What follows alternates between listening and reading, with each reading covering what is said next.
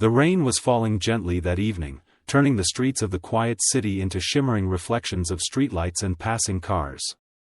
On the corner of a small neighborhood park, a moment was about to unfold that would change 3 lives forever.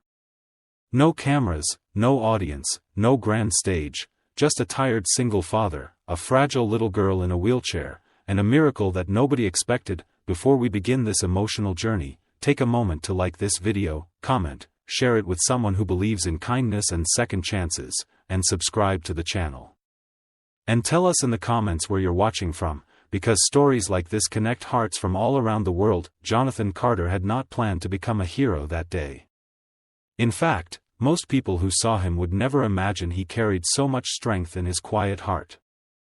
Jonathan was a single father who worked long hours repairing bicycles in a small repair shop on the edge of town. Life had not been kind to him. After losing his wife 3 years earlier to a sudden illness, he was left to raise his 7-year-old son Daniel alone.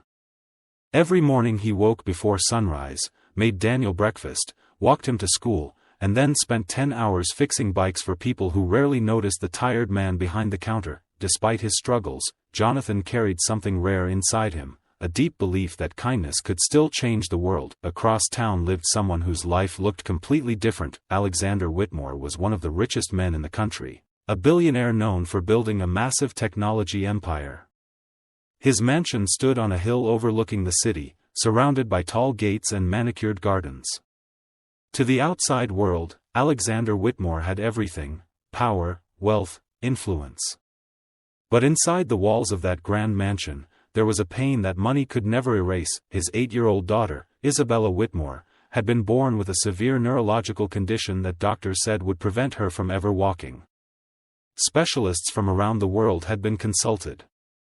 Treatments had been attempted. Therapies had been tried for years. Yet Isabella remained confined to her wheelchair, her small legs too weak to support her. Her mother, Victoria Whitmore, carried the quiet heartbreak of a parent who would give anything to see her child run across a field. Every night she prayed for a miracle that never seemed to come. One rainy afternoon, Victoria decided to take Isabella out for some fresh air. Instead of the private gardens of their mansion, she chose a small public park in the city. She hoped the simple sight of other children playing might bring Isabella a little joy. That same afternoon, Jonathan Carter arrived at the park with his son Daniel after finishing work early. Daniel loved the small playground there, especially the rusty swings and the wide open space where children could run freely. Jonathan sat on a nearby bench watching his son laugh and chase pigeons across the wet grass. Then something caught his attention. A little girl sat quietly in a wheelchair near the edge of the playground, watching the other children play.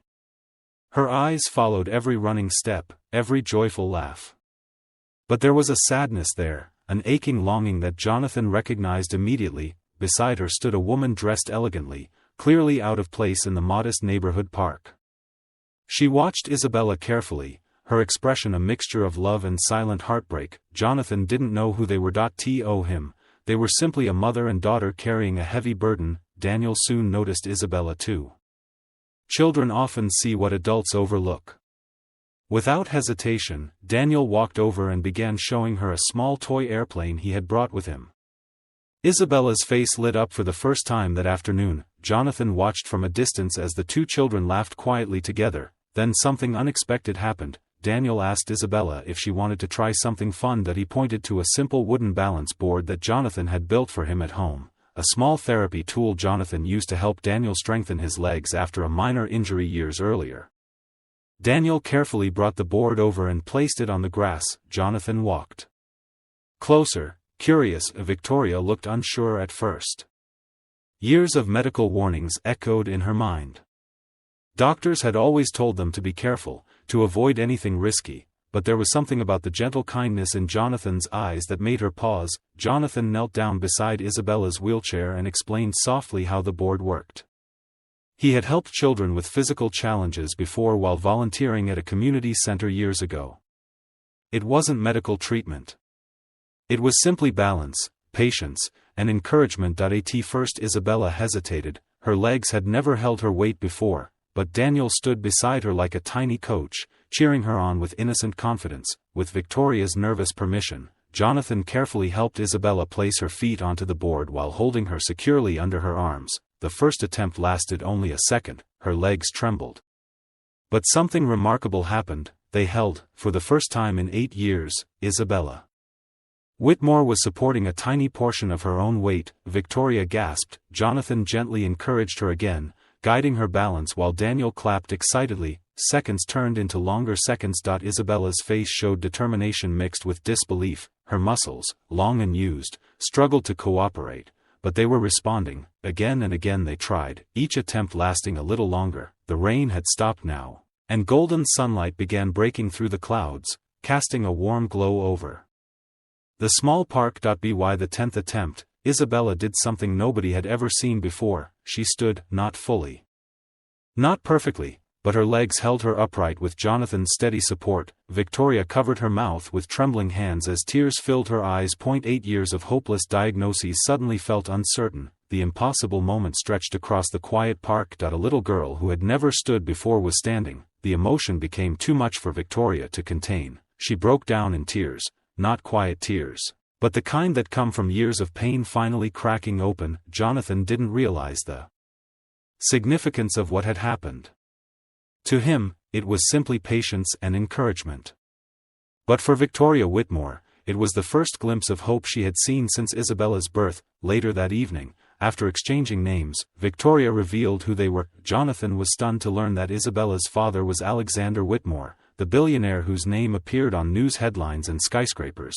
But wealth didn't matter in that moment. What mattered was that Jonathan had given Isabella something priceless: hope. The next week, the Whitmore family invited Jonathan to their mansion so specialists could observe the exercises he had used. Doctors were shocked. Isabella's muscles had responded in ways they had never seen before. The simple balance technique had awakened dormant neural pathways. With continued therapy, they believed Isabella might one day walk. The news spread quickly among the medical team, but Jonathan remained humbled. He continued fixing bicycles at his shop, returning home each night to cook dinner for Daniel. Weeks passed. Isabella practiced every day with determination that amazed her therapists. Then one morning, something extraordinary happened. With support bars beside her and Jonathan standing nearby, Isabella took a step, just one. But it was a step that doctors once believed impossible. Victoria cried again. Alexander Whitmore, a man known for ruthless business decisions, stood silently in the therapy room with tears streaming down his face. Months later,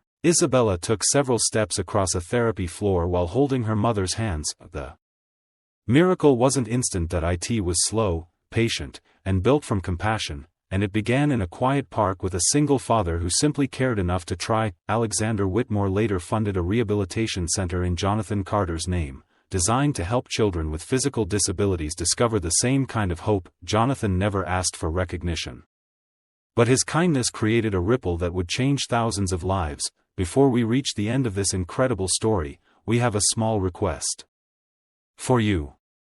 Comment the word hope if you believe one small act of kindness can change someone's entire life. Years later, visitors to the rehabilitation center often saw a teenage girl walking confidently through the halls, greeting young patients with a warm smile. That girl was Isabella Whitmore, and every time she passed the framed photo at the entrance, a picture of a rainy afternoon in a small park, she remembered the man who believed in her before anyone else did. If this story touched your heart, please like the video, share it with someone who believes in kindness, and subscribe for more emotional stories that remind us how powerful compassion can truly be, because sometimes the greatest miracles don't come from wealth, science, or power. Sometimes they come from the quiet kindness of an ordinary single dad who simply refused to give up on a little girl's chance to stand.